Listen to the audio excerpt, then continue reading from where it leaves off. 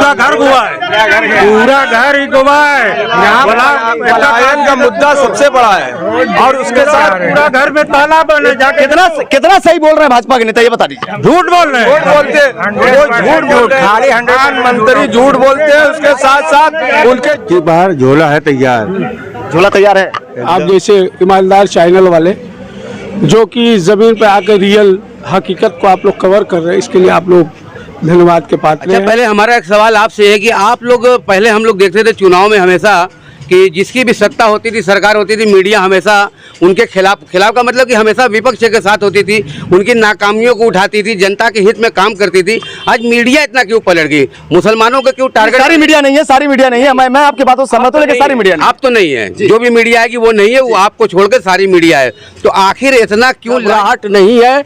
हम लोग 400 पार, इस बार 400 पार। मुझे वोट देने का वादा करो, मैं तुम्हें गेहूं चावल खिलाता रहूं। तुम गरीबी में हर रोज मरते रहो, मैं तुम्हें जहर मीठा पिलाता रहूं। जो मुखालिफ हमारा हुआ दोस्तों, जेल में समझो अब वो गया दोस्तों।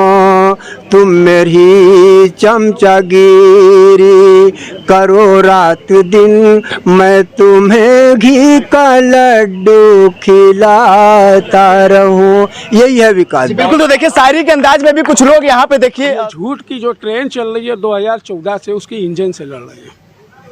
पूरा भारत उसके डब्बों से लड़ रहा है, अजय राय उसके इंजन से लड़ रहे हैं। और एक्सीडेंट भीषण होगा और बनारस इनका बोरिया बिस्तर लपेट के गुजरात जाना पड़ेगा, ये हम लोगों ने हवाला। और बाकी जो 400 पार का नारा दे रही है बांग्लादेश, पाकिस्तान, अफगानिस्तान से लाएंगे क्या? कहां से 400 पार लाएंगे? यूपी में इन कम से कम 30 सीट पर आ जा रहे हैं, बिहार में ये आधी सीट हार रहे हैं, बंगाल में ये खत्म है, कर्नाटक में 0 है, तमिलनाडु में सफाया है, तेलंगाना में गायब है, मणिपुर में गायब है। 400 पार ये अपने अब्बा घर से लाएंगे? कहां से 400 पार लाएंगे? 400 पार कहां से? अंतिम चरण की चुनाव होना है और 7वें चरण में वाराणसी लोकसभा सीट अब हॉट सीट बनता नजर आ रहा है। देखिए इस वक्त हमारी उपस्थिति वाराणसी में है और वाराणसी के मुस्लिम बहुमूल्य क्षेत्र में है। हमारे कैमरा सहयोगी दिखाएंगे कि देखिए यहाँ पे तमाम जनता व तमाम दल और पार्टी के जो नेता है वो सभी लोग यहाँ पे बैठे हुए हैं। और अब चुनाव प्रचार प्रसार जो है वो पूरी तरीके से थम सा गया है, लेकिन हमारी जो उपस्थिति है वो वाराणसी में आ चुकी है। और आपको बता दें कि मुस्लिम बहुमूल्य क्षेत्र में इस वक्त तमाम हमारे साथ नेतागण हैं, बातचीत करेंगे। क्या नाम होगा आपका? हमारा इम्तियाज अहमद बबलू। किसी पार्टी से हैं या आम जनता के तौर पे? AMIM तो जिला अध्यक्ष हैं। क्या लगता है जिस हिसाब से ये कहा जा रहा है कि मुस्लिम समुदाय के जो लोग हैं, बुनकर समुदाय के जो लोग हैं, वो पूरी तरीके से सरकार से नाखुश होते नजर आ रहे हैं, तो आप लोग का PDM जो गठबंधन है वो किस तरह से तैयारी कर रहा है? देखिए सबसे पहले कि मुस्लिम में कोई भी समाज है इस वक्त सब त्रस्त है। चाहे छोटा काम करने वाला जितना भी काम है मोदी जी ने पहले उठा के सब उद्योगपतियों को दे दिया है। गरीब के हाथों से काम छीना जा रहा है और गरीब को।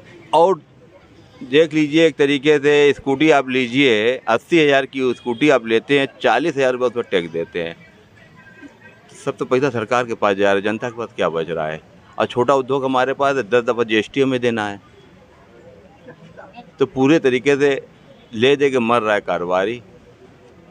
पहले कुरैशियों का कारोबार बंद हुआ, 12 साल हो गया हम लोग सिलेंडर बन करके इधर उधर घूम मारे फिर रहे हैं। अब बुनकर बेचारे मारे जा रहे हैं। फिरोजाबाद के चूड़ी का काम ले लो, वो भी एकदम त्रस्त हैं। मुरादाबाद तांबे का काम ले लो, वो भी एकदम ख़त्म है। हम बस मौत की। मुद्दे क्या होने वाले इस बार वाराणसी लोकसभा सीटों पर? मुद्दे क्या होने वाले? मुद्दे इस बार यही बेरोजगारी, महंगाई, ये सबसे बड़ा मुद्दा है। और बीजेपी के पास कोई ऐसा मुद्दा, सिर्फ 4 नाम बता दे, अगर बंद हो जाए तो बीजेपी चुनाव नहीं जीत सकती। अजय राय जी भी चुनाव नहीं जीत रहे। PDM क्या कर रही है? ये तो कहा जा रहा है कि PDM तो नया गठबंधन बना और भारतीय जनता पार्टी का बी पार्टी के रूप में कार्य कर रही है। जो लोग कह रहे हैं ना, उनके पेट में दर्द हो रहा है। दर्द इसलिए हो रहा है क्योंकि वो देख रहे हैं PDM अच्छा खासा वोट पा रही है। PDM के पास मालूम है 4 गठबंधन है। एक पटेलों का, जब 93,000 लारी साहब को वोट पटेल दे सकता है, अपने प्रत्याशी गगन यादव को क्या 1.5 लाख वोट नहीं देगा? अगर मेरे मियाँ भाई सारे वोट दे देना तो मोदी जी से चुनाव में लड़ रहे हैं हम अजय राय। क्या नाम है आपका? इरफान अहमद। क्या कहना चाहेंगे इस बार मुद्दे क्या होंगे वाराणसी में? और प्रधानमंत्री का लगातार दौरा होना है और इस बार कहा जा रहा है भैया 10 लाख पार। नहीं, देखिए, वो कुछ भी कह सकते हो, वो देश के प्रधानमंत्री हैं। बुनकरों का हाल आप देख रही हैं, बुनकर किस हाल में पहुंच गया है। मशीन बंद पड़ी हुई है ये 6 महीने से, और बहुत तरसते पूरा कारोबार हो गया है।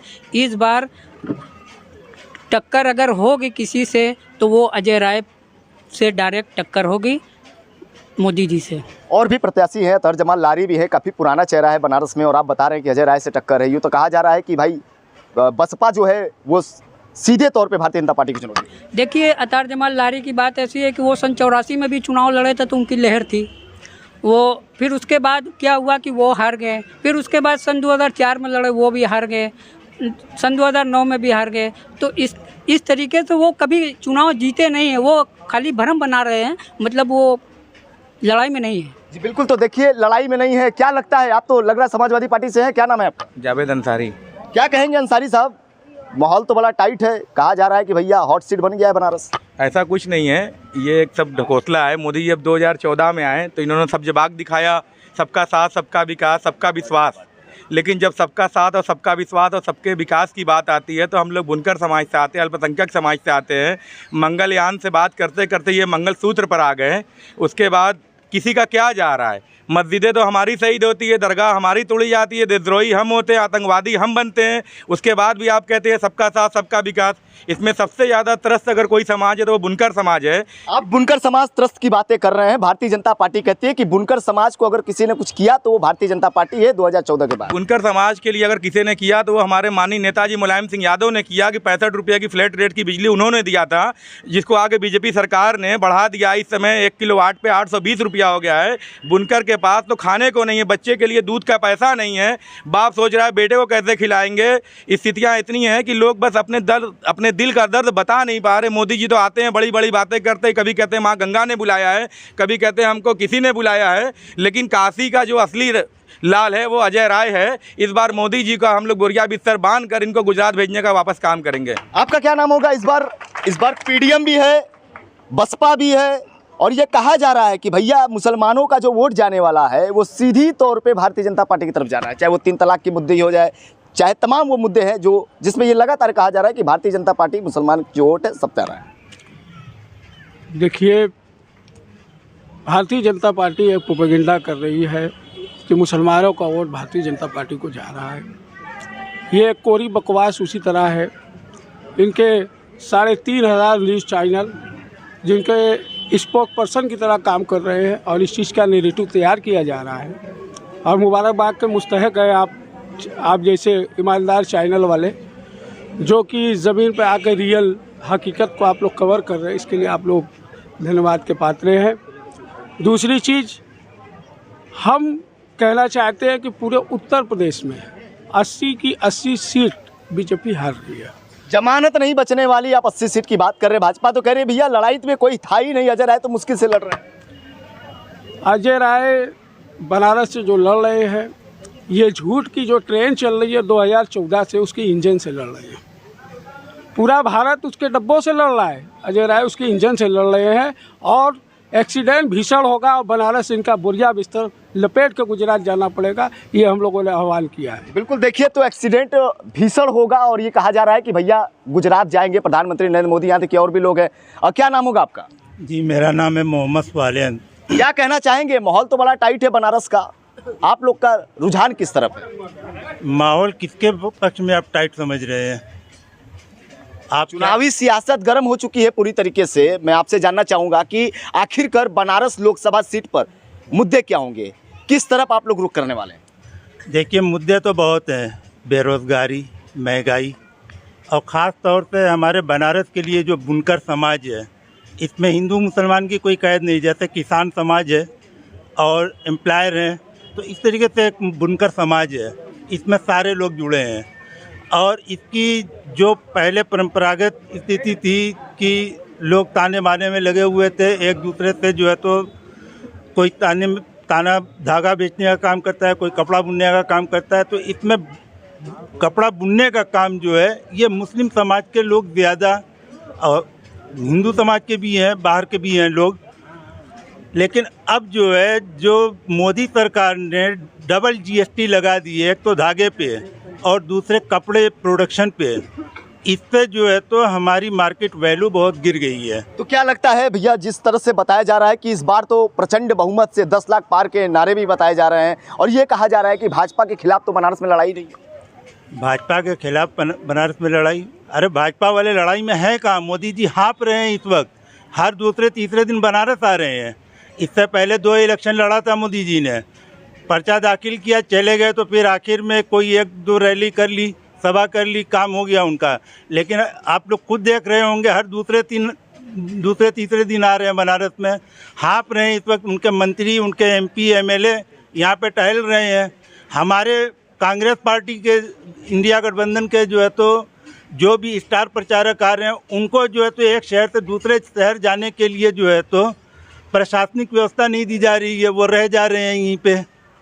तो बिल्कुल देखिए, पूरी तरीके से ये भी कहा जा रहा है, जिस हिसाब से प्रधानमंत्री का जो दौरा हो रहा है, ये कहा जा रहा है कि इस बार प्रधानमंत्री को डर सता रहा है। तो वहीं दूसरी ओर देखिए, और भी लोग हैं हमारे साथ बातचीत करने के। क्या नाम है आपका? तुफैल अंसारी। क्या कहना चाहेंगे? सियासत गर्मा गई है पूरी तरीके से, और आज से प्रचार भी थम गया है, आप लोग किस तरफ?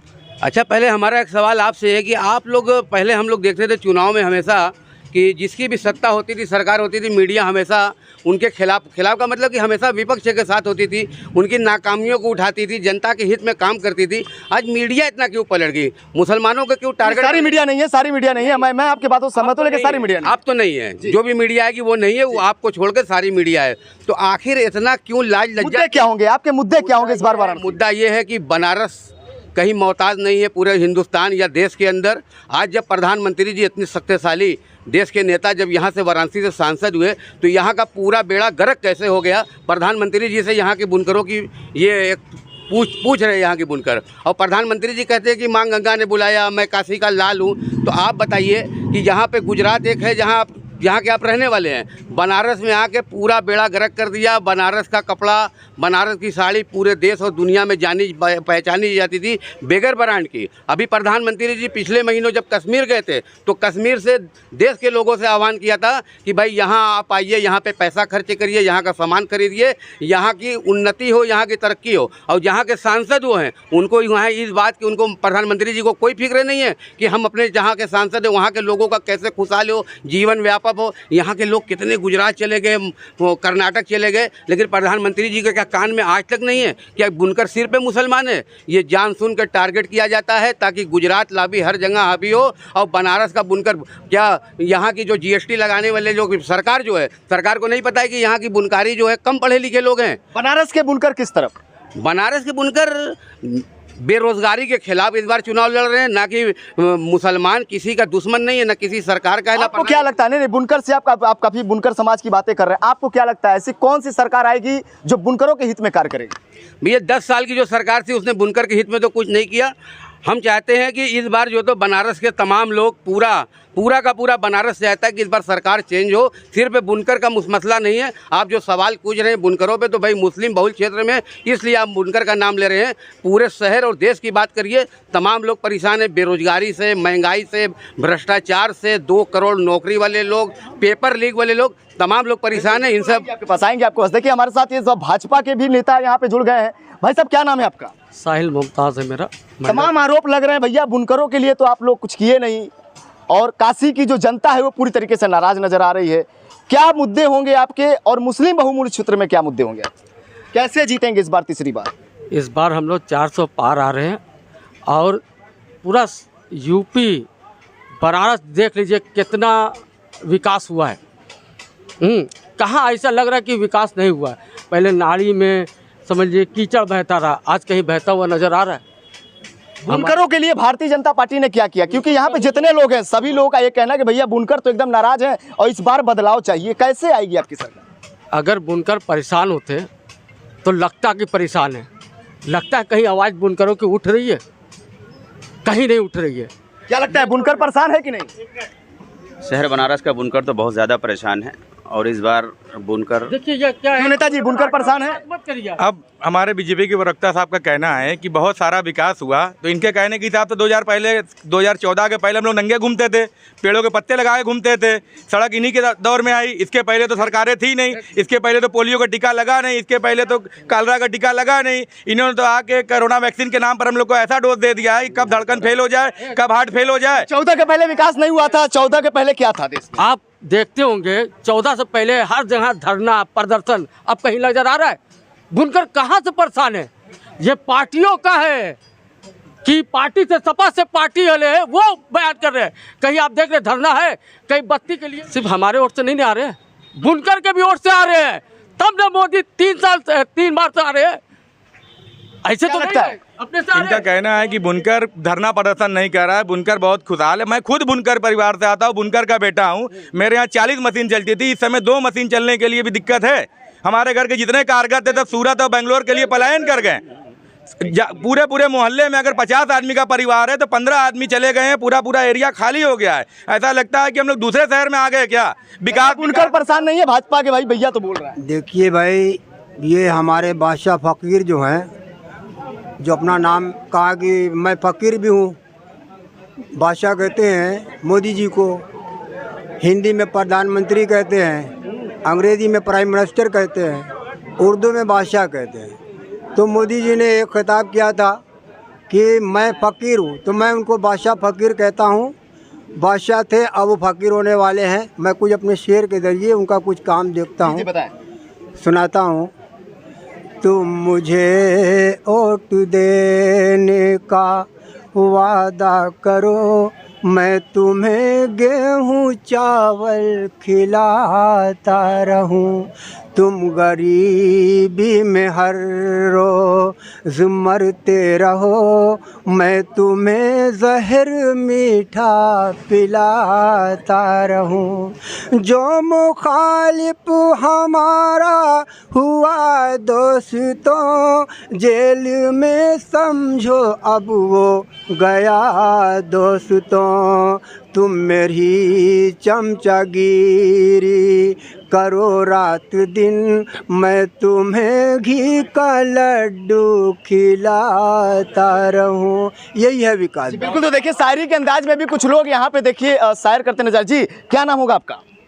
नाम ये पहले मैं उनसे पूछ रहा था, बड़ा विकास की बात कर रहे थे।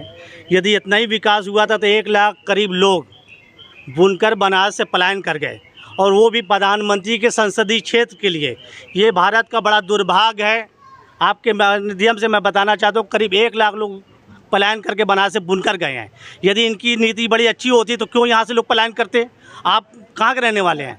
जी बनारस के ही है, लेकिन तमाम सवाल ये क्या कह रहे हैं भाजपा वाले? तो कह रहे हैं भैया कि बुनकर अगर नाराज होते तो सड़क पे आते, धरने देते। 2014 के पहले तमाम धरने हुआ करते थे, 14 के बाद धरने नहीं हो रहे। यदि धरना ही नहीं, ये क्राइटेरिया धरना है, धरना से विकास होता है, धरना से विकास नहीं होता, ये क्राइटेरिया नहीं है। आप मीडिया है, आप निष्पक्ष सवाल करिए।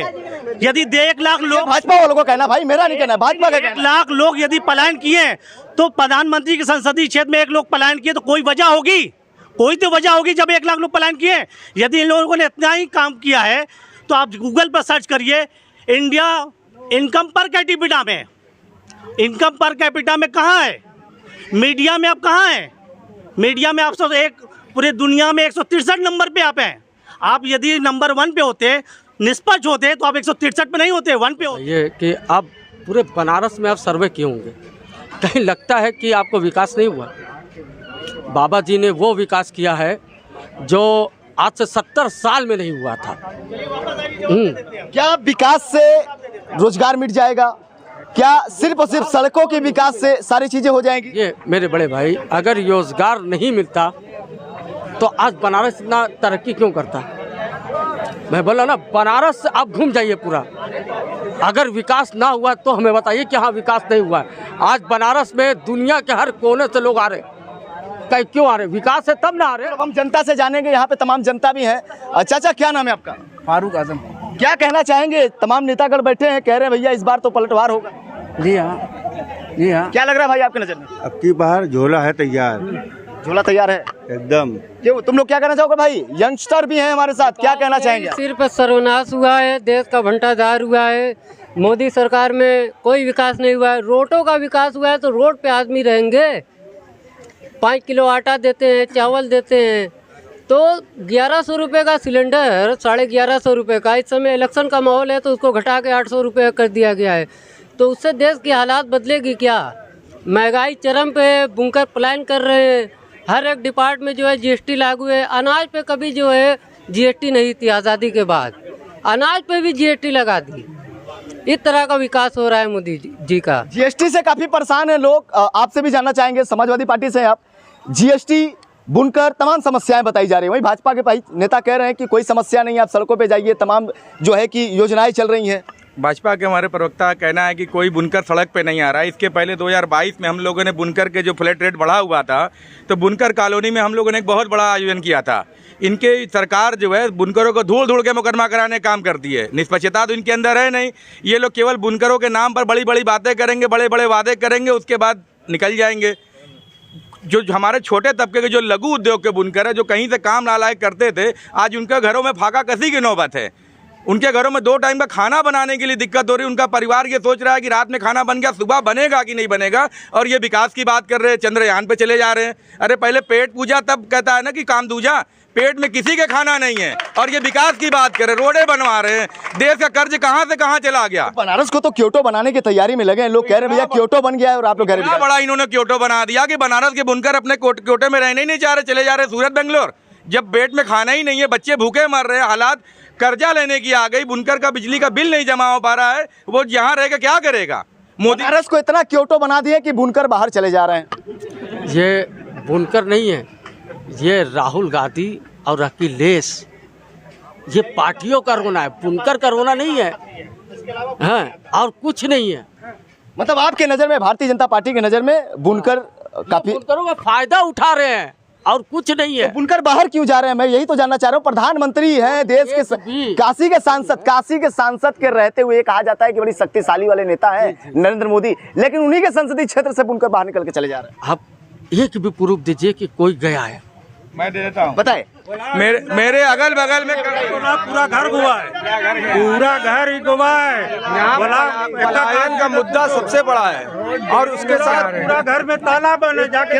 कितना सही बोल रहे हैं भाजपा के नेता, ये बता दीजिए। झूठ बोल रहे हैं, वो झूठ खाली प्रधानमंत्री झूठ बोलते हैं। उसके साथ साथ उनके जितने भी कार्य, जहाँ आप बैठे हैं इसी सभा में सबने कह दिया भैया आप झूठ बोल रहे हैं। अच्छा, अगर मैं झूठ बोल रहा हूँ, अगर मैं झूठ बोला, इनकी शक्ल में देखिए कहीं से झूठ लग रहा है।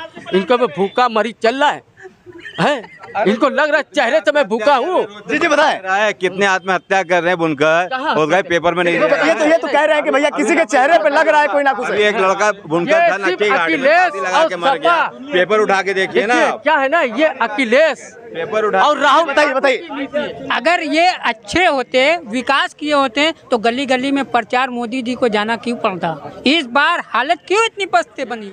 क्या राहुल गांधी नहीं जा रहे हैं, अखिलेश यादव नहीं जा रहे? ये हमारा है कि मैं अपना प्रचार करूं। अगर राहुल गांधी ना जाए, अखिलेश ना जाए, तो मोदी ना जाए। 400 पार इस बार, 400 पार, 400 पार। इनका कहना है 400 पार। 2019 में प्रचंड लहर में ये 273 सीट पाए थे और बाकी जो 400 पार का नारा दे रही है बांग्लादेश, पाकिस्तान, अफगानिस्तान से लाएंगे क्या? कहाँ से 400 पार लाएंगे? यूपी में इन कम से कम 30 सीट पर आ जा रहे हैं, बिहार में ये आधी सीट हार रहे हैं, बंगाल में ये खत्म है, कर्नाटक में 0 है, तमिलनाडु में सफाया है, तेलंगाना में गायब है, मणिपुर में गायब है। 400 पार ये अपने अब्बा घर से लाएंगे? कहाँ से 400 पार लाएंगे? 400 पार कहाँ से? ये बौखलाहट है, डर, मोदी जी की डर, योगी जी की डर है, बौखलाहट है कि हम लोग कहीं 50 पे सीमित ना हो जाए। अरे अखिलेश तो कह रहे हैं भैया कि 80 की 80 सीट आ रही है इंडिया गठबंधन में और इस बार भारतीय जनता तारीख को पता चल जाएगा क्या आ रहा है। का खेला होगा, बस बताए। कुछ बोल रहे थे आप? ईवीएम का खेला होगा। ईवीएम का खेला होगा। अभी एक गाड़ी ईवीएम में पकड़ाई है, अभी एक गाड़ी ईवीएम पकड़ाई है। आज ही की न्यूज है, आज ही की न्यूज है, हमारे पास प्रूफ भी है। जब विपक्ष हारता है ना, तो ईवीएम पर उंगली उठाता है। उनके पास कोई चारा ही नहीं है, क्योंकि 400 पार आ रहा है तो हार बता रहा है ईवीएम।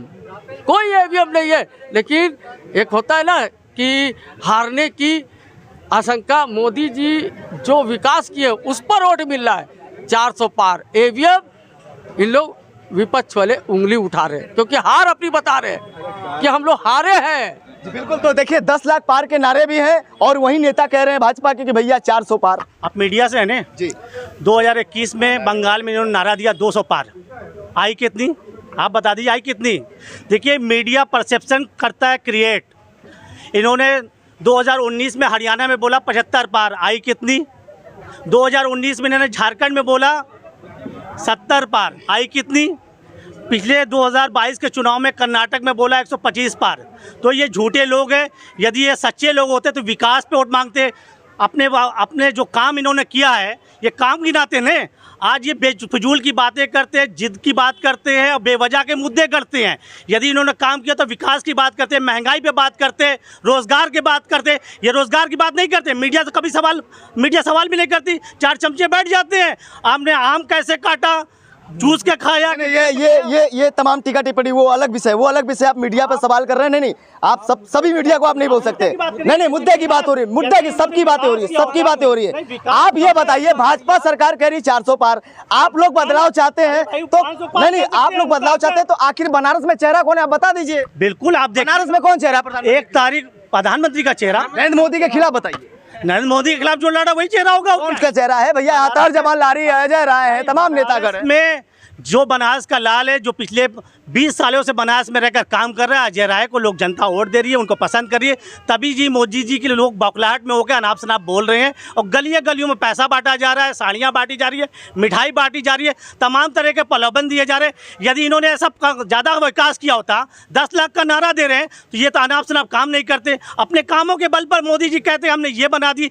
बनारस में एक भी मेडिकल इंस्टीट्यूट नहीं बना। बनारस में एक भी कोई इंस्टीट्यूट बना हो तो बता दीजिए। कोई भी एक मेडिकल कॉलेज बना हो तो बता दीजिए। कोई भी एक AIM में कोई बनाया तो बता दीजिए। ये 70 साल बताते हैं। 70 साल पहले जब हिंदुस्तान आज़ाद हुआ था, नेहरू ने ये नहीं कहा था मैं उस भारत का प्रधानमंत्री बनाऊं जिसके अंग्रेजों ने लूट कर नंगा कर दिया।